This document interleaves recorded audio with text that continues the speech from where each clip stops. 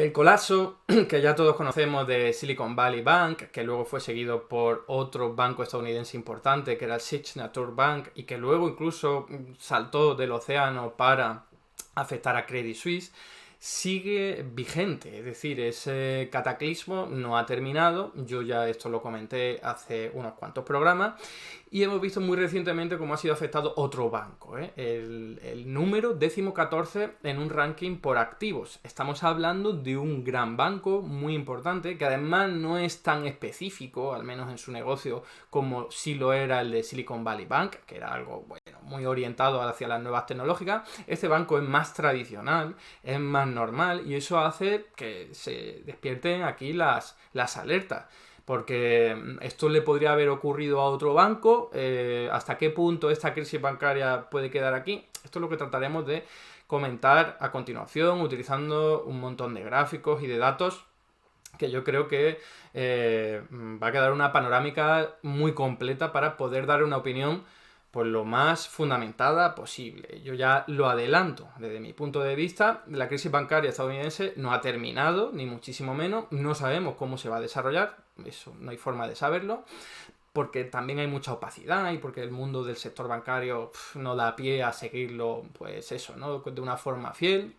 Pero sí que veremos cambios, y yo ya comenté en su día y lo vuelvo a repetir, que la crisis del año 2008 no empezó en el año 2008, empezó en 2006. En 2006 ya hubo un montón de bancos que empezaron a tener problemas, que fueron colapsando, que fueron rescatados, hasta que ya en septiembre de 2008 pues Lehman Brothers quebró y el gobierno estadounidense no lo rescató, y ahí se generó toda esa hecatombe y toda esa caída de fichas de dominó. Eso que no creo que vaya a pasar, porque las autoridades monetarias han aprendido mucho de esa experiencia catastrófica.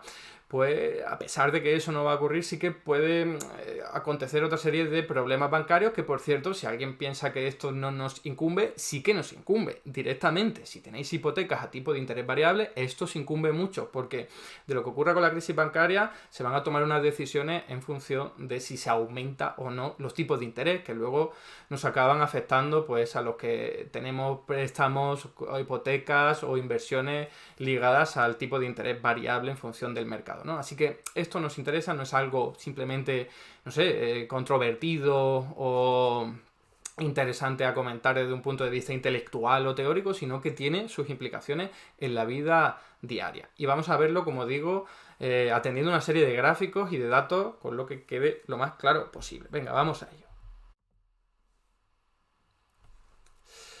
Como decía, todo esto empezó con la quiebra o colapso del Silicon Valley Bank, ya algo muy comentado, tenéis un vídeo subido en Econocrítica, también en mi canal, por si queréis profundizar en él. Lo resumo muy rápidamente: un banco orientado hacia los negocios tecnológicos que había adoptado pues prácticas bastante irresponsables, o al menos arriesgadas, porque no había cubierto sus inversiones a largo plazo, que mayoritariamente eran en deuda pública. Entonces, en un momento en el que aumentan los tipos de interés y además lo hacen tan rápido, sus inversiones quedan congeladas, porque es a muy largo tiempo, a muy largo plazo, no la pueden deshacer, y al mismo tiempo pierden valor. Entonces esto, unido a la retirada de depósito que ya venía ocurriendo desde el año 2021, pues le generó muchísimos problemas, que en parte se deben a que no obtuvo o no recibió una buena vigilancia y supervisión, y eso es lo que provocó su colapso, ¿no? Desde entonces ocurrieron muchas cosas, claro.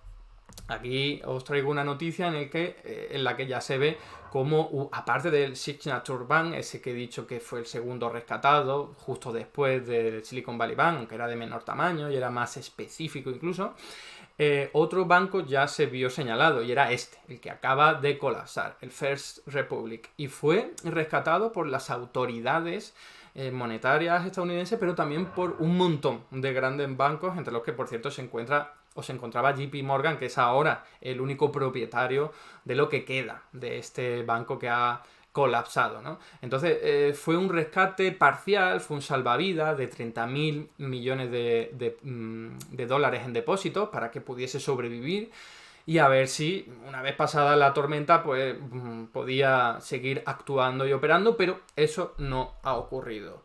Esto ya es algo que comenté hace muy pocos programas en este mismo directo, y era que, aunque ya no se hablara tanto de la crisis bancaria, continuaba vigente y continuaba calentando muchísimo el ambiente, ¿no? Entonces eso lo comenté, tenéis un vídeo ahí por si os interesa profundizar. No es que yo sea muy inteligente o muy listo, sino que esto era un secreto a voces, ¿eh? Y aquí tenéis pues la evolución de la valoración, en este caso bursátil o de los propios activos de este banco. Y fijaos, cuando colapsó en el momento de la quiebra de Silicon Valley Bank, se mantuvo, fijaos, en unos niveles pues muy negativos, hasta que recientemente ha tenido que publicar por ley sus cuentas y se ha visto como muchísimos depósitos salieron de ese banco y entonces ya no había nada que hacer, porque ya era ¿cómo decirlo?, ¿no? La estacada última, ¿no? Ya muerte total a este banco, que podrían haber hecho otro tipo de... Perdonad, porque tengo algo aquí detrás, que es lo que quiero enseñaros luego. Aquí lo quito, ya está. Entonces, como digo, muerte total, caos técnico, pero que podrían haber provocado una quiebra, pero no lo han hecho. Aprendieron muy bien de la crisis de Lehman Brothers en el año 2008, y lo que han hecho las autoridades monetarias ha sido rescatarlo, y esto es importante porque he visto algunos titulares por ahí en los grandes medios, lo que se comenta que ha sido absorbido por JP Morgan o comprado por JP Morgan. A ver, eso no es así del todo. Es decir, JP Morgan se ha metido a comprar este banco porque tiene el respaldo de las autoridades monetarias, que le han inyectado hasta 15.000 millones de euros de dólares de capital y de fondos, y todos los depósitos asegurados. Es decir, que JP Morgan no lo habría hecho si no llega a ser porque los costes se lo va a comer la entidad pública, el Fondo de Garantía de Depósitos equivalente en Estados Unidos, que es el FEDIC, ¿no? Entonces, eso es importante. Como digo, hay algunos, como lo que ocurrió en España con el Santander, que compró al Banco Popular por 1 euro hace unos pocos años, no mucho. No sé si os acordáis. Eso no es que el Santander dijera, anda, pues mira, qué bien. No, es que fue una ayuda orquestada por el Banco de España, ¿no? Aquí ocurre exactamente lo mismo. JP Morgan va a ganar, si no, no haría esto, ¿no? Y vamos a ver por qué ha quebrado, por qué ha colapsado este banco, y de una forma más o menos sencilla y fácil de entender para todo el mundo. Aquí en las propias cuentas podéis ver cómo los depósitos de esta entidad bancaria se secaron a una velocidad increíble. O sea, esto no ha ocurrido ni siquiera en el Silicon Valley Bank, que fue de algo mucho más progresivo a lo largo del tiempo. Aquí es que, fijaos, en solo 3 meses, desde diciembre del 2022 hasta marzo de 2023, pues más de 70.000 millones de dólares en depósitos que la gente ha retirado. O sea, eso es una locura, incluso para un banco tan grande como este. Quizás con este gráfico lo podréis ver mejor, es más ilustrativo, más colorido, más fácil de leer. Fijaos, las barras amarillas serían los depósitos, ¿no? La gente que tiene su dinero en este banco, gente que no solo son familias, también son empresas, que no están aseguradas por las instituciones públicas, por ese fondo de garantía de depósitos que os comento, ¿no? ¿Qué significa que estén asegurados? Pues que si el banco quiebra y está tu depósito garantizado, tú no pierdes dinero. Esa es la parte roja de ese gráfico. Entonces, esa parte iba creciendo, pero bueno, como estaba asegurada, a nadie le preocupaba. En el momento en el que Silicon Valley Bank colapsa, la gente ya empieza a preocuparse. Porque se pregunta, ¿le ocurrirá lo mismo a este banco, que encima está saliendo en los grandes medios, que es muy parecido, es de la misma región de Estados Unidos, por la zona de California? Entonces ahí la gente empieza a retirar masivamente los depósitos, y fijaos que fijaos la barra amarilla, claro, retiran los depósitos no asegurados, porque lo que se asegura es un mínimo. Entonces todo lo que estás retirando es dinero que tú sabes que no vas a poder recuperar si el banco colapsa, ¿no? La parte verde que podéis ver ahí es el salvavidas que lanzó la Reserva Federal, las instituciones monetarias, a todos los bancos, por cierto, a todos, no solo a... Perdón, me estoy confundiendo, este no es el gráfico que yo quería comentar. Fijaos que este es el salvavidas que he hecho referencia antes, el de JP Morgan y los grandes bancos, con un montón de depósitos, 30.000 millones de dólares concretamente, para que pudiese seguir operando, pero fijaos que es muy poquito en comparación con todos los depósitos que tenía, y que ha sido claramente insuficiente.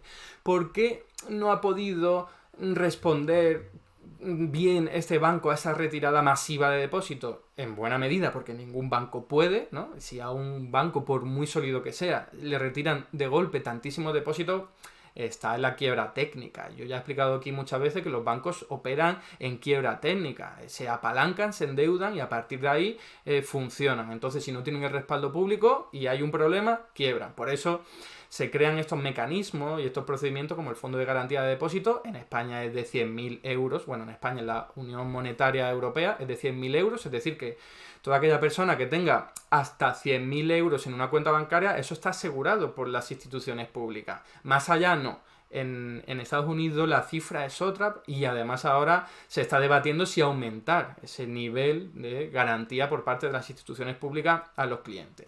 Una vez me preguntaron a mí qué opinaba yo al respecto y lo digo ya aquí. Yo creo que todos los depósitos de la gente tendrían que estar asegurados.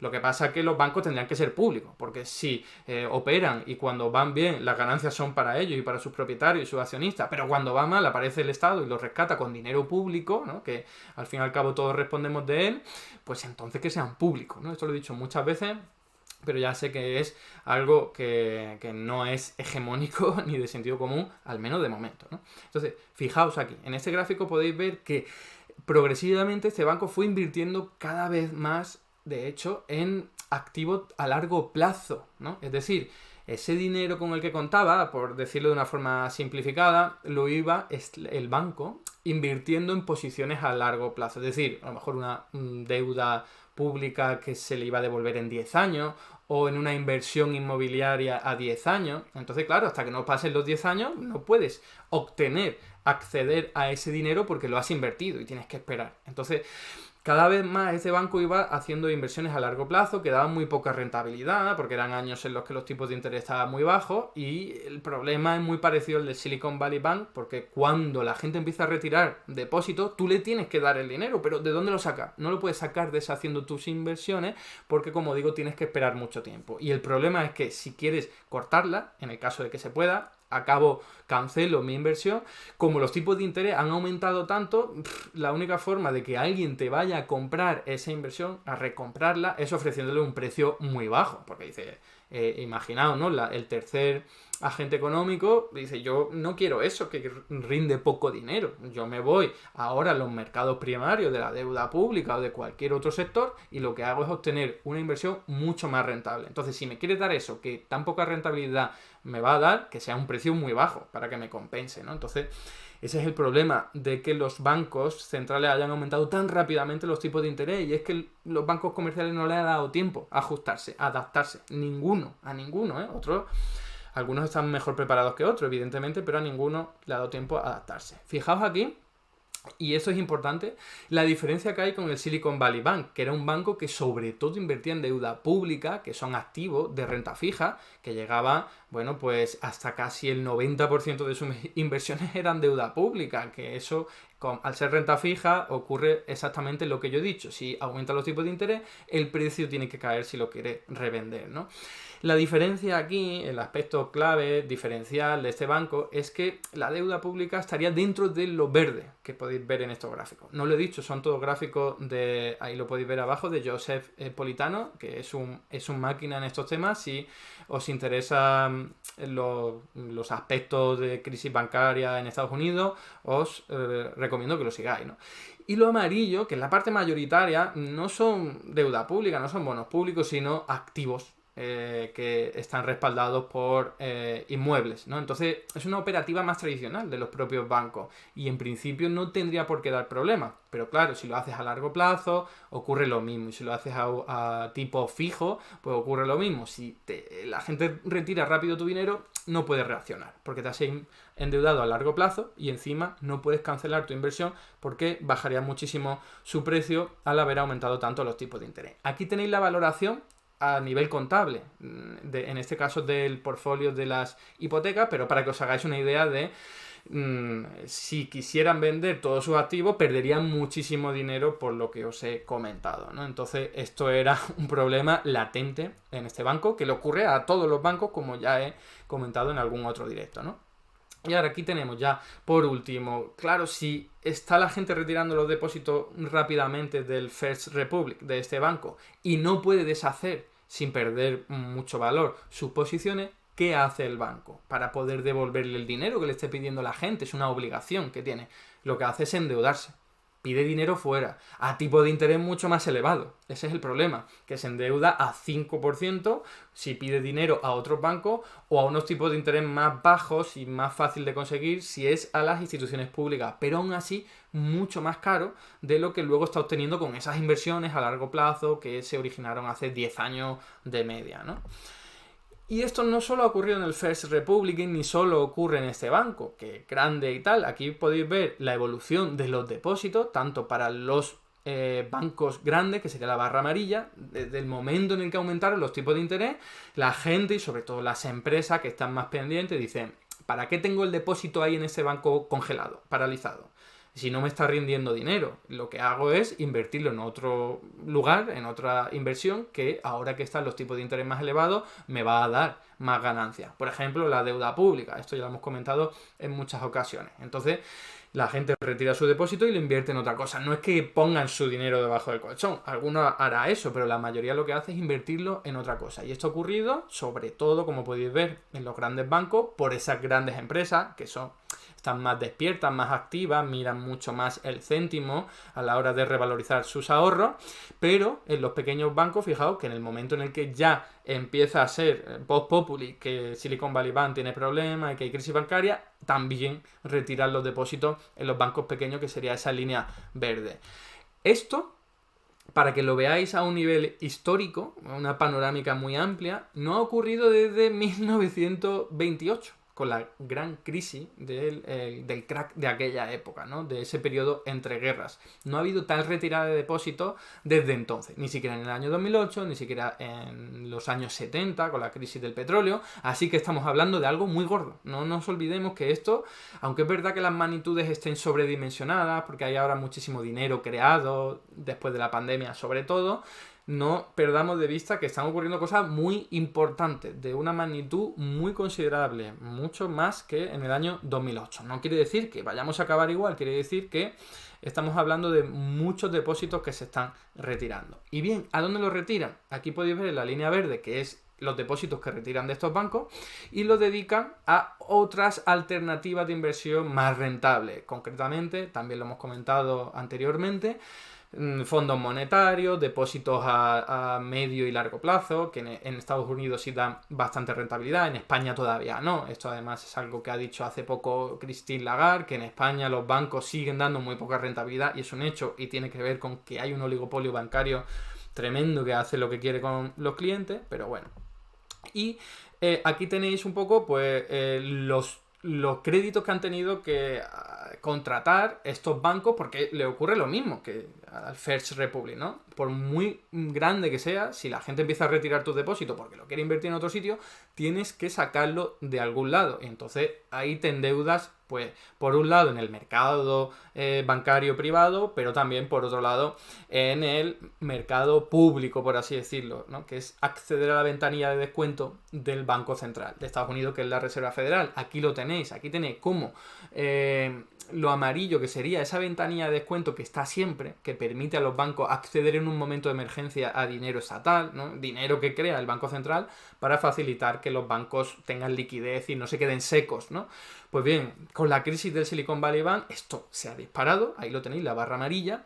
En la barra roja os encontráis con los préstamos que sigue realizando el Banco Central con motivo de esa crisis del Silicon Valley Bank y del Signature Bank, de esos colapsos, ¿no? Sigue ahí esa cantidad en la que ha creado y sigue creando el Banco Central para respaldar pues esas quiebras, esos colapsos.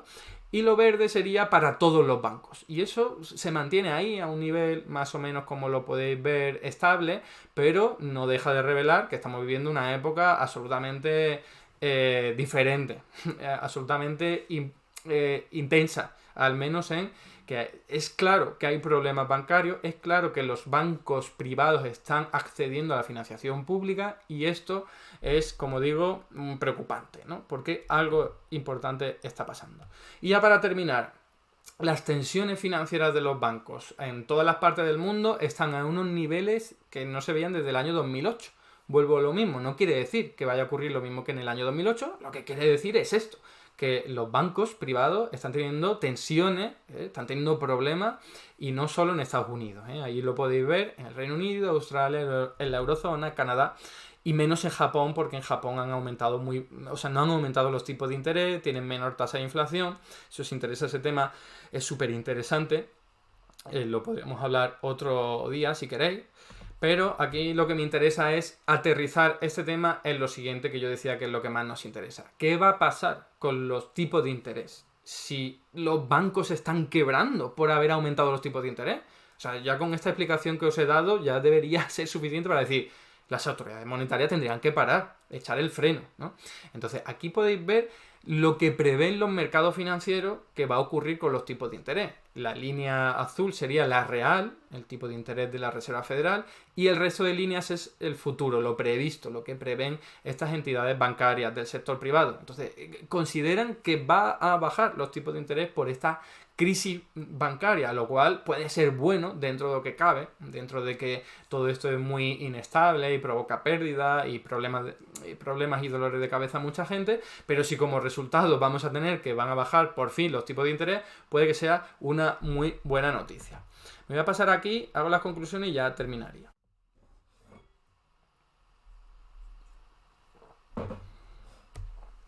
De todas formas, creo que las conclusiones han quedado bastante claras, ¿no? En primer lugar, la crisis del Silicon Valley Bank, de la que tanto se habló y que luego tuvo su repercusión en el Credit Suisse, sigue ahí, sigue latente, sigue generando problemas a los bancos. Y la prueba está en que acaban de rescatar al banco en un puesto de 14º en un ranking por activos, ¿no? Estamos hablando de que es la segunda quiebra más importante de la historia de Estados Unidos. Solo por detrás, de hecho ha superado a la de Silicon Valley Bank, solo por detrás de una del año 2008 en volumen, ¿no? Al menos. Entonces, todavía siguen ocurriendo cosas, no sabemos cómo va a evolucionar esto, pero como os decía, si los bancos se están quebrando, básicamente, no solo, pero básicamente porque han aumentado los tipos de interés muy rápido y han impedido o han dificultado que los bancos se puedan adaptar a esos nuevos tiempos, porque recuerdo, nunca antes en la historia se habían elevado los tipos de interés tan rápido y en tan poco tiempo. Entonces, no da tiempo a adaptarse, ni el mejor banco del mundo puede hacerlo, porque te has invertido a largo plazo, ¿no? Te has endeudado a largo plazo y de pronto te cambia el panorama muchísimo y te pilla a pie cambiado. Entonces, ¿qué es lo lógico que deberían hacer los bancos centrales? Detener al menos la subida de tipo de interés y luego bajarla rápidamente. ¿Lo harán? ¿No lo harán? Probablemente todavía quede un poco de tiempo en el que aumenten un poco el tipo de interés, al menos eso ha dicho el Banco Central Europeo, pero la Reserva Federal, después de esto, lo lógico que uno podría esperar es que no suban más los tipos de interés, los tienen por encima de la eurozona y que los comiencen a bajar. Entonces, esto va a ocurrir tarde o temprano, porque el sistema bancario no puede seguir sosteniéndose así, con líneas de liquidez extraordinarias por parte de los bancos centrales, y tarde o temprano, seguramente más pronto que tarde, los tipos de interés oficiales empezarán a bajar, porque es una decisión política, y eso afectará a otros tipos de interés de otros mercados, como por ejemplo el Euribor. Así que, como decía, quizás esto que sea una mala noticia para el mundo bancario, puede que sea una buena noticia para los mortales. Hasta aquí el vídeo de hoy. Muchas gracias por estar ahí y si te ha resultado interesante, no dudes en comentar, darle like y compartir, que la teoría económica dominante no se combate sola.